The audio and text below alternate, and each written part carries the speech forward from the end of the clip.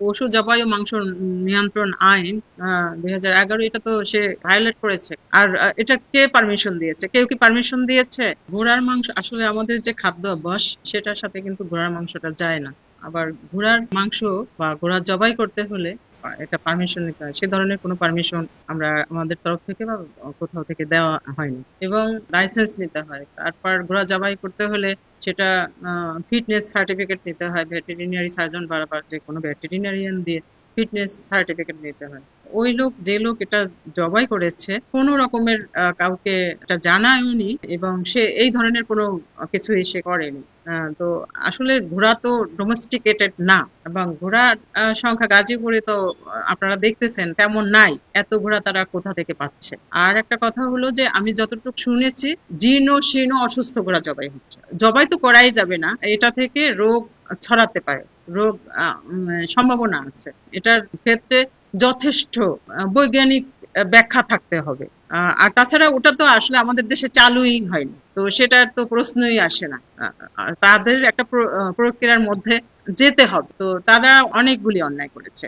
দু একজন বলেছে যে আপনারা, এক সাংবাদিক ভাই বলেছে যে সে সংবাদ সংগ্রহ করতে গেছে, তাকেও মানে অপমান অপদস্থ হতে হয়েছে। তো এটা আমরা আমাদের ঊর্ধ্বতন কর্তৃপক্ষের সাথেও কথা বলেছি, আমাদের লোকাল প্রশাসন ডিসি মহোদয়ের সাথেও কথা বলেছি। এটা আমাদের দেশের জন্য এই বিষয়টা যায় না, এবং এটা আমরা পুষ্টিগুণ ওইভাবে বিশ্লেষণ করা হয়নি। মোটেও এটা আমরা উৎসাহিত করছি না, এনকারেজ করছি না। এটা আমরা বন্ধ রাখছি, মোবাইল কোর্ট করেছি, তাদের চিঠিপত্র দিচ্ছি। বিভিন্ন জন আমাকে ফোন দিয়ে বলতেছে যে ঘোড়া জবাই করবো। যেমন কেউ একজন বলছে যে ঈদের সময় 2টা ঘোড়া জবাই করবে। আমি বলছি কেন? গরু, ছাগল, হাঁস, মুরগি এগুলার কি অভাব পড়েছে? গরু, মহিষ, ছাগল, হাঁস, মুরগি, ভেড়া, এগুলোর তো অভাব নাই। ঘোড়া কেন জবাই করতে হবে?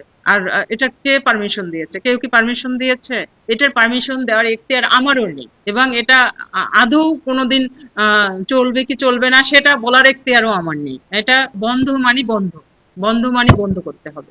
পরে তো তাদের সতর্ক করে দেওয়া হয়েছে যে তারা এই কাজটা যাতে আর না করে। যদি তারা ভবিষ্যতে এই কাজটা করে তাহলে তাদের জেল জরিমানা দেওয়া হবে। যে রেস্টুরেন্ট গুলায় ঘোড়ার মাংস বিক্রি করতেছে রান্না করে, সেগুলোর ব্যাপারেও আমরা ব্যবস্থা নিব। এটা তথ্য সংগ্রহ হচ্ছে। সে তো আইন আসলে পশু জবাই ও মাংস নিয়ন্ত্রণ আইন 2011, এটা তো সে ভায়োলেট করেছে। কারণ হলো ওখানে তাকে রেজিস্ট্রেশন থাকতে হবে, তাকে ফিটনেস সার্টিফিকেট নিতে হবে, মানে ফিট ফর হিউম্যান কনজাম্পশন এই ধরনের কোনো সার্টিফিকেট মানে একজন ভেটেরিনারিয়ান দিয়ে নিতে হবে, অনুমতি নিতে হবে। এগুলো তো ওই আইনে আছে।